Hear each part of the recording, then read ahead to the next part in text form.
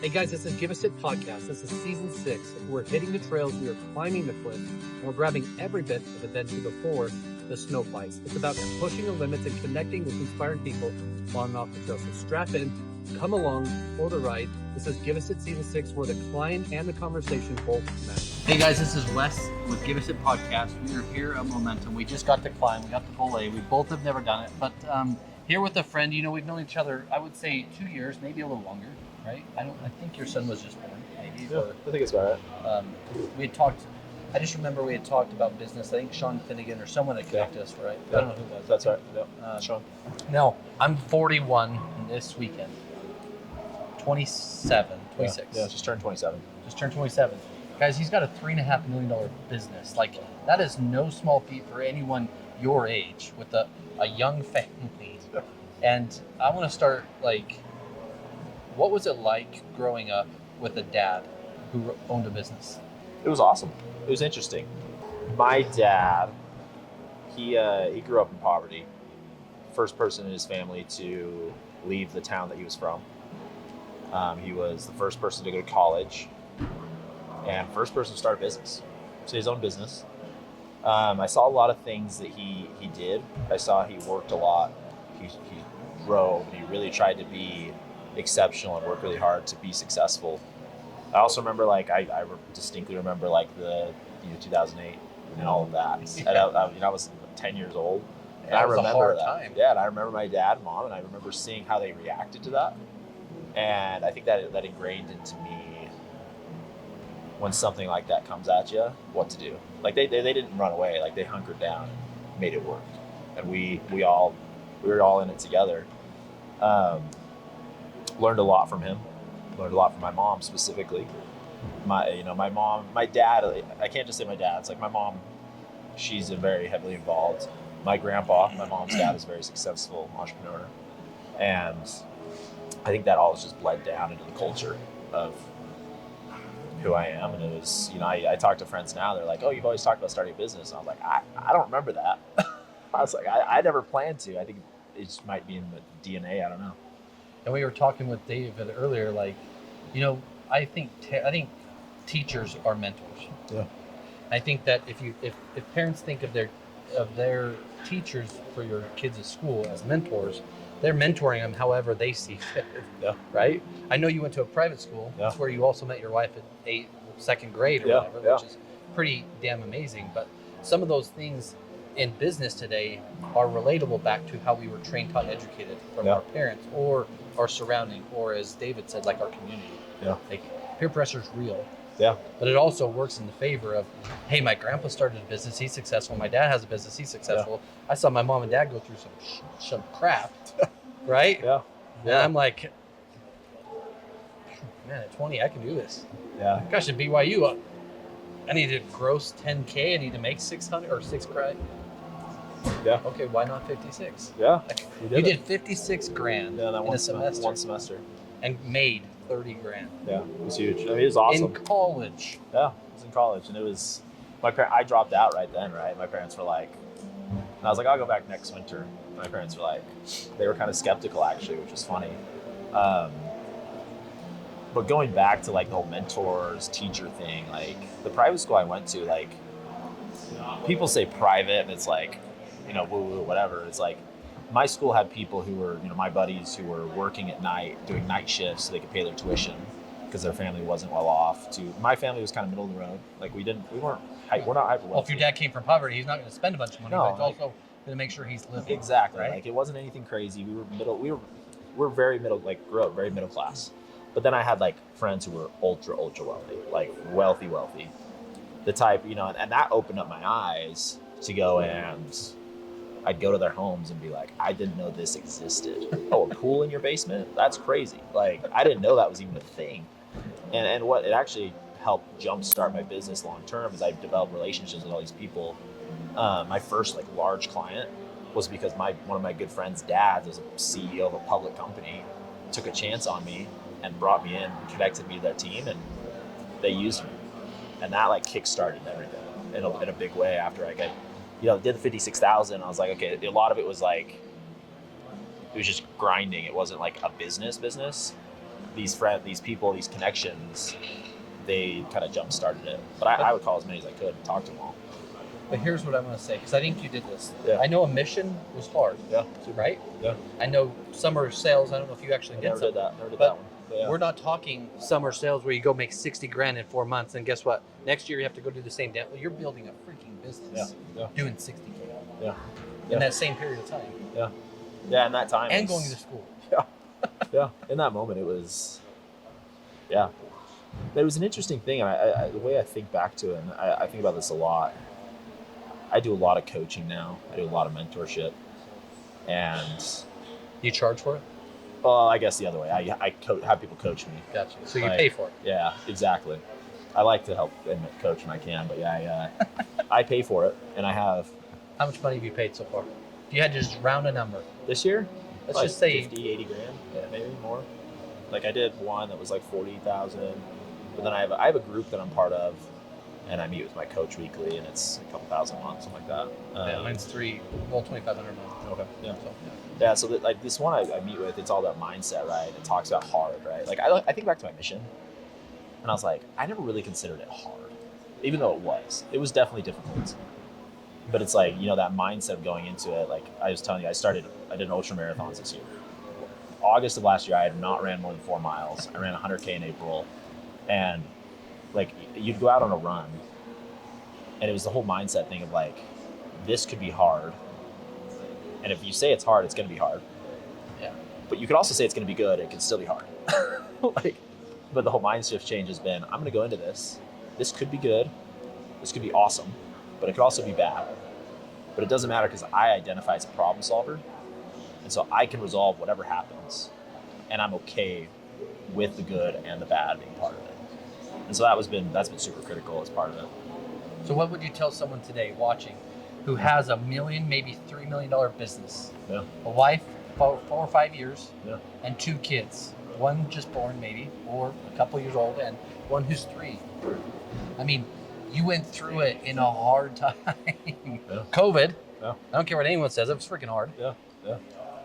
Married, kids, yeah, and growing a business. For me, like a lot of times, I have a hard time with the whole thing of people 1 to 3 million. That's similar to what I'm doing, right? So it's like they probably know what I know, but at the same time, when we get together, I'm able to share things and insights with them. My most advice is for the people under $1 million. Usually, what I usually say is like, and I don't know if that's helpful, but I usually say, I'm like, you can get to $1 million in revenue if you have a good idea. Like if it's a decent idea. It depends on, we can get all the business things, but like by just grinding, just working hard, showing up on time, being doing the things you say you're going to do and doing it quickly. Like I said, so like with my friends' parents or these people I connected with, they took a chance on me, and I hijacked their reputation because I didn't have a reputation. So they were trusting me. So I hijacked their reputation, took their credibility, and other people trusted me because they trusted that person. I can't let that person down, right? And so you have to you don't have any credibility. All you have is show up, do what you say you're gonna do. Like we're signing companies that are, 150 Fortune 150s, like huge companies, and they even say that they're like, it's very important to us that you show up on time because people don't. And it's like it's so easy to win if you can just do the things that require discipline. Say that one more time, because that's freaking a nugget for everyone watching. It's so easy to win if you just do the things you say you're going to do.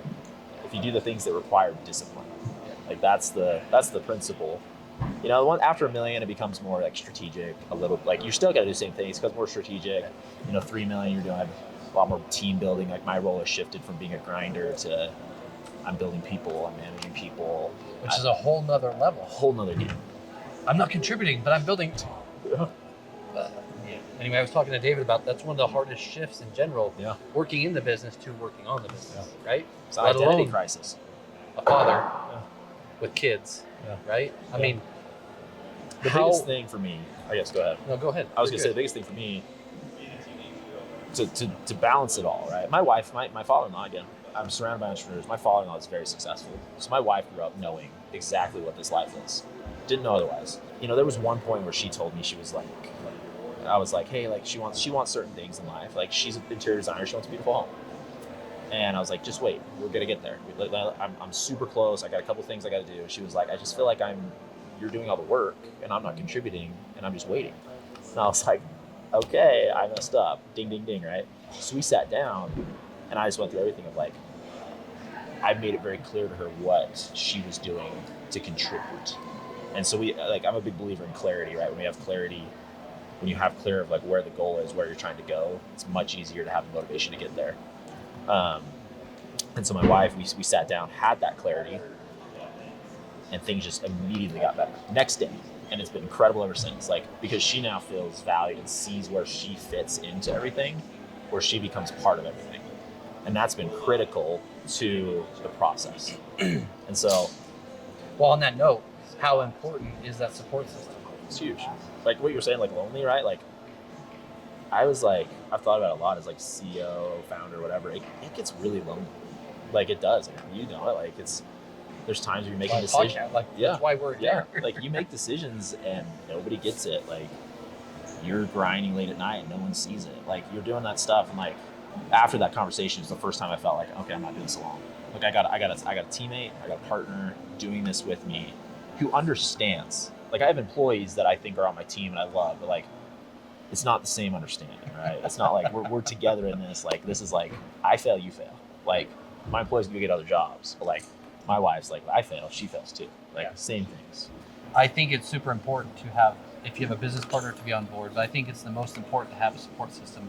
If you're married and you have a spouse, right? I mean, they may not be able to understand everything, but they are going to go through the ups and downs, the emotions that you have, right? Exactly. Let alone you have kids. And what you said is very, very true. My wife works full time and she owns a business. So it's good for us to be able to talk, right? Yeah. And sometimes it's hard. They're hard conversations, but realistically, it's like they have to be on board. And you have to say, hey, being a stay-at-home mom, you are an entrepreneur. Like you run a business. That is not an easy thing. Yeah, very true. If you just put in your mind, hey, this is a business. I love my kids. I love what I'm doing, but there's strategies. There's things that I have to do. There's a budget, let's say. I have to it's great, but it's true. Right? I'm with you. And if you want a family, and I also tell employees, like, I don't worry about my own finances. I worry about yours. Yeah, sure. I love that. Right? Because it's oftentimes you go home, maybe you're not worried about cash flow, but sometimes you are. Yeah, sure. Yeah, right? Yeah. It's always on the mind. Something goes wrong, right? But yeah, it's been super important for me to create clarity and alignment in my personal life as well as with the people around me, right? That's been crucial for me to align. As soon as I figured out who I am, and that's why I do a lot of coaching, right? Is a lot of times it's not the business that's being held back. It's you're not the type of person that can grow the business from 3 to 100 million. And you have to become that person before the business can become that. And so it's like, for me, a big part of it the last year or so has been alignment of like what I say, what I think, and what I do are all the same. Which before, it wasn't always that way, which caused a lot of internal trauma that I guess ripped me apart. Once I found that alignment, I could create the clarity with the other people within the business, as well as have just clear direction. So, and we have another passion project called Today's Future Me. I'm 791 days straight of my daily focus, which includes some of that it's daily discipline. That's cool. And it's 13 minutes to record it early every day. Wow. Almost 800 days straight without missing. Jeez. Right? Wow. So the clarity comes when you're there, and it's easy for not just us, but it's easy for other people to say, he says it, but he doesn't live it. Yeah. Or she says it, but she doesn't live it, right? So that clarity creates, I'm trying to think of how David had said it, but clarity, once you have it, the ending's inevitable, right? It's easier. It's never easy. No, but I get what you mean. It's a long way. Like it's a lot easier to deal with the waves, the ups and the downs. They just seem as part of the trail to the end. But when you have no clarity, it just feels like you're getting ripped up and down and getting hurt. Right? There's no purpose to it. And guys, this is Alex Hill with Assetworx. So I want to go back into the origin story. Yeah. Like, I want people to understand they're at school today. Yeah. Maybe they heard this because someone said, hey, you had this idea, and I just listened to Alex say, I got this thing, and I just started because my class. Oh wait, I can do business. Like, tell them about the origin story. How did it all start? Yeah, so I was at BYU. I had been off my mission 6 months, a little under 6 months. Were you married yet? No, soon to be married. It was a quick one. We dated throughout high school, so we got. You know, since second grade, so I mean, it was easy. Started a class. It was an entrepreneurship class. Had a teacher. That teacher, the assignment for the class was you had to make $10,000 in revenue with a business idea and $6,000 in profits. That was it to get an A. Say it one more time. So $10,000 in revenue, yep, and $6,000 in profits. That's how you got an A. If you didn't get an A. Good job, BYU. Good job. It was awesome. I loved it. He that teacher actually still does it on this, like does these side courses and coaching. But anyway, we learned all the principles and learned a lot. It was one of the best classes I ever took. The only one I actually enjoyed in school, really, to be honest. I had done 3 semesters at that point. I was jumped right into it. I started this business. I was kind of already doing a little bit of it. And I made a lot of mistakes along the way in that first little while, and I still am, obviously. But anyway, started the business. I was just buying and flipping electronics. Like, I would just literally go on Facebook, find people who had stuff for sale, and I'll say it first, like, I'd lowball them. They'd sell it to me, I'd go and do something to it, make it more valuable and sell it. Gary V style, it's okay. Gary V style, that's what I did. And then I found someone who's doing like wholesale bulk, which actually turned out to be one of our largest competitors now. And I started buying in bulk from them and selling. There's one day though, like I bought like 185 units for like $35 each. And about 100 of them had more value than 35. 85 were just garbage. But I brought them in. I put them in my garage. Like I had this trailer that I borrowed from someone. Like the wheels were bowing because it was these heavy server things. And I get it in. There was a couple things I noticed. One was like there was these tags from the clients. And I was like, okay, a big company like this shouldn't be doing this. And most people may not understand this, but in my industry, like big thing is privacy, data destruction. And so I was like, okay, that's a red flag. Well, then, the next day, I sold 100 of those units for $185 each. And I was 21, and I was like, okay, this competitor, the person I bought it from, I was like, they should have been able to do that. They shouldn't have let it happen. Yeah, like I didn't go and what we do now, we sell wholesale. We fully expect who we sell to go and sell at retail. But I didn't and so they expected that, but I bought it from and wholesaled it and made $100 on a $35 product. And at that moment I was like, all right, launched it, right? So I made 56 grand in that first semester. I remember sitting there I was in my living room because COVID had hit, so school went online and everyone's going through their thing on the class. Nobody got it. And then he asked me last to speak, and I was like, I did 56,000, made $30,000 in profits. And it was kind of what did all the other kids say? They were like, that's all. It was kind of tough because it was on Zoom, right? But everyone was kind of shocked. So I just want to back up because you went way too fast. You were in school, COVID hit, home, COVID's going, and you made $56,000 in a semester. Yeah. Sounds crazy now. What's funny, what's crazy, the first year of business, I kind of knock it off. We technically been in business for 6 years. I'm like, it's more like 4 to 5.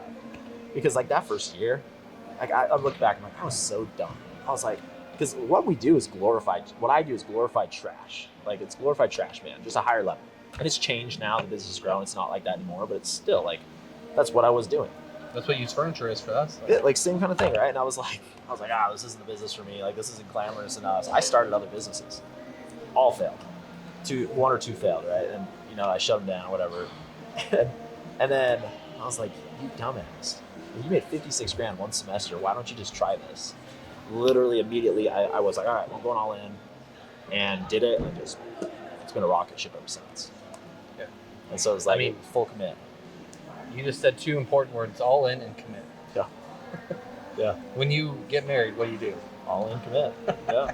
When you went on your mission, what'd you do? All in. Yeah. Well, that's one of my. So like I said, the private school thing, I have a lot of people I know who are successful. Yeah. And even people I didn't know. I was reaching out to people all the time. So like, hey, can I like talk to you? Can I take you to lunch? Can I get on a call with you? And so like a guy I know, he founded a company that was very, very large, like very, very large software company, life-changing exit, like generational wealth kind of thing. And that was one of the first things he told me. He's like, you gotta burn the boats, bro. He's like, burn all the, I mean, that's like the cliche across business, but like that was the first time I heard it. And he was like, burn the boats. He's like, there's no going back. He's like, just figure it out.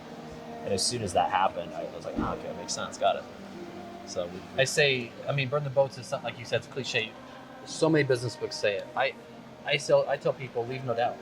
Yeah. Leave no effing doubt. Then you know you've done everything. Yeah. If you haven't, keep going. Yeah. It's pretty simple. Yeah. Leave no doubt. In your employees, your family, your kids, your business, whatever you're doing, leave no doubt.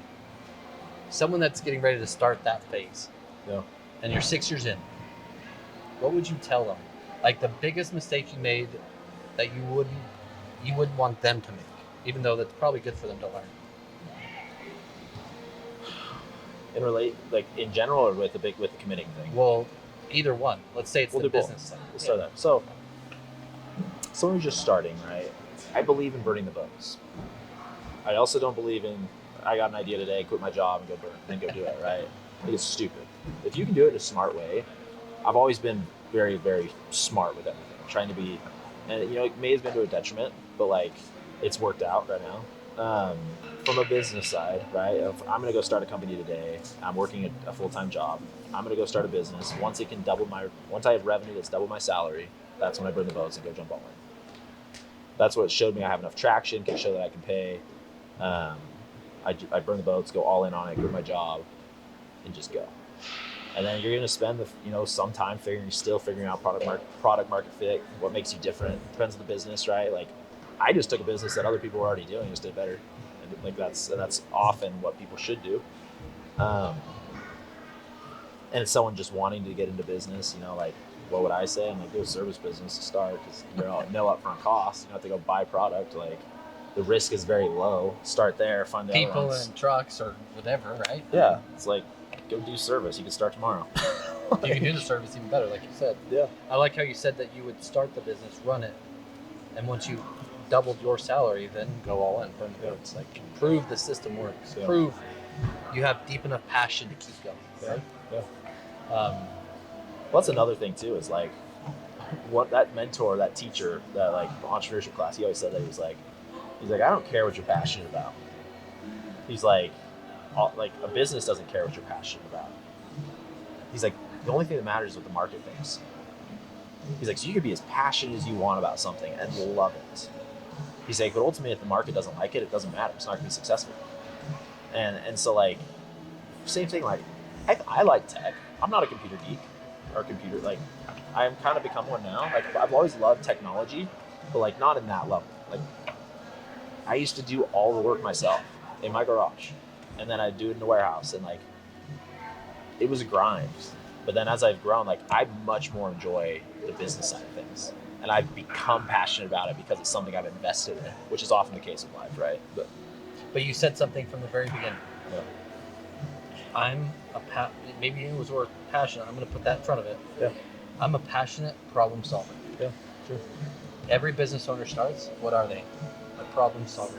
100%. That's the core value of my company, problem solving. I think it's the most crucial thing that anyone can have.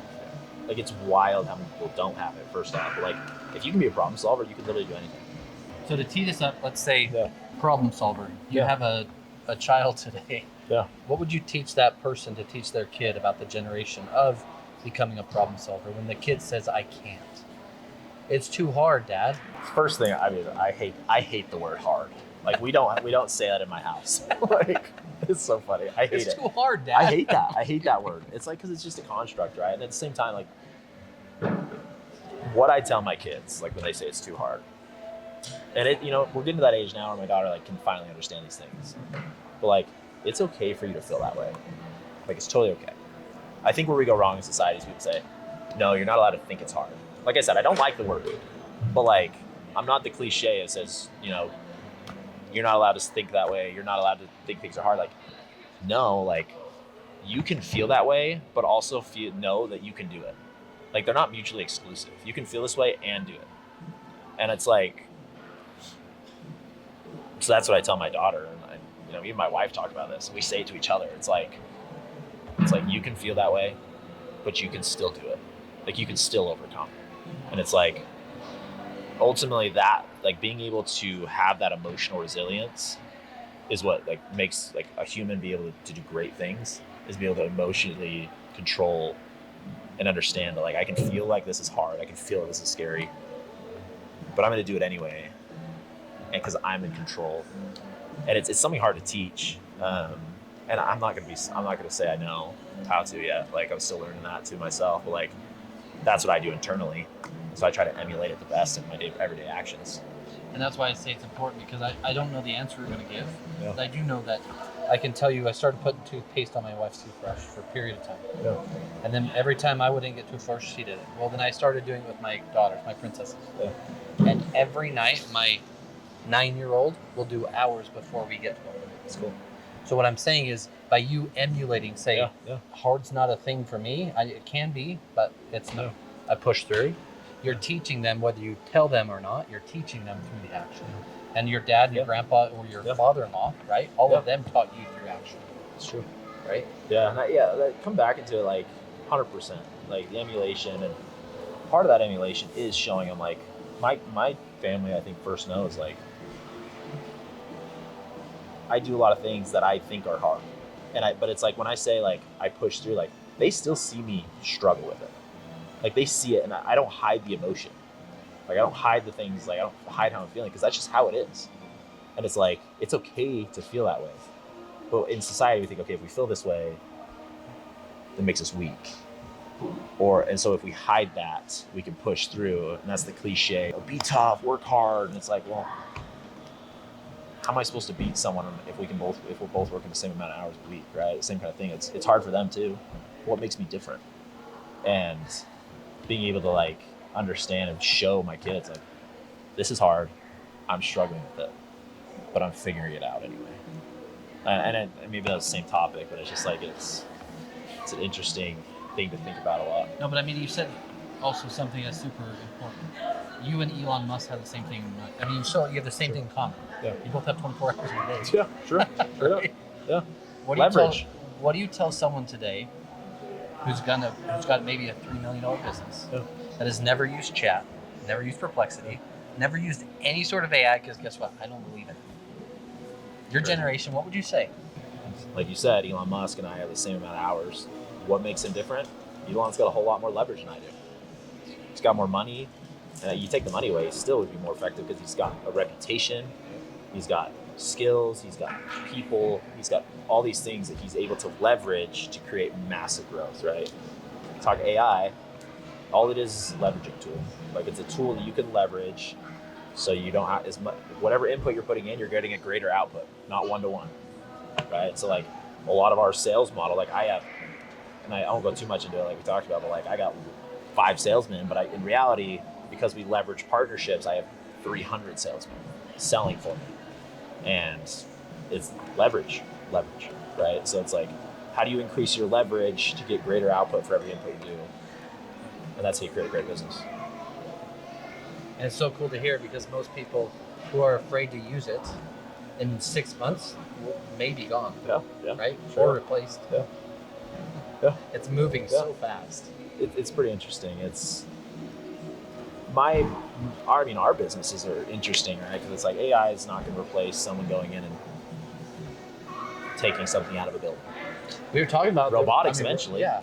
Eventually. It's a little ways down the road. Yeah. But like, yeah, you can leverage it, but it's going to come down to, more relationships, I believe. Like how you do things. It's just, the playing field's going to level out a lot more. But it's always done that. Like, I'm not too concerned about it, because it's like, the playing field is always leveled. There's always people who get ahead and figure out what they're doing. What does Assetworx do so people actually know what you So we are an IT asset disposition company, so ITAD is what it's called. Basically what that means is we help large organizations, think like governments, school districts, large tech companies, pretty much any large company, data centers, when they're upgrading their computers, they have to solve, or computers, data center, anything like that, they got to solve problems. Usually one of them is going to be, they can't just get rid of it because it's got data on it, sensitive data from their individuals. Average data breach is like $7 million cost. Wow. So there's a ton of risk there. They also don't have the bandwidth to do it themselves. Nor does it make sense to do that. Pay a high-level salaried person who's a computer technician to wipe it for device. It just doesn't make sense. The second thing they have to solve is environment. You can't just take that laptop, break the hard drive, and throw it in the trash. You just can't. Environmentally wise, they're going to get a ton of trouble. Yeah. Big companies, like there's a huge push to be, green. And then the third one is value recovery. Another reason they don't want to throw it in the trash is because this 2-year-old MacBook Pro is actually worth quite a bit of money. Now they don't have the channels to sell the volume that they do and recover value. So we come and solve all those problems. We'll come in, we have 6 certifications, most certified facility in Utah. We do all 50 states. We actually do projects out of the country too. We take all the devices, we do all the data erasure. We ensure that nothing ends up in a landfill. We're a zero landfill facility for focused materials. And then we resell the devices and actually pay the client for it. And so it's a sick service that you get. That's a big part. Is I always say to people, we're a service company.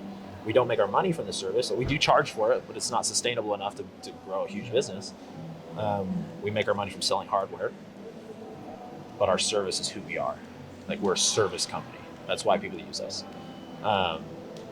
So that's what we do at a core level. We have a bunch of other things that that's the core business, and I'm really big about focusing, right? Like I said, we're building things onto it now that are going to just enhance and grow and flow stuff through that core business.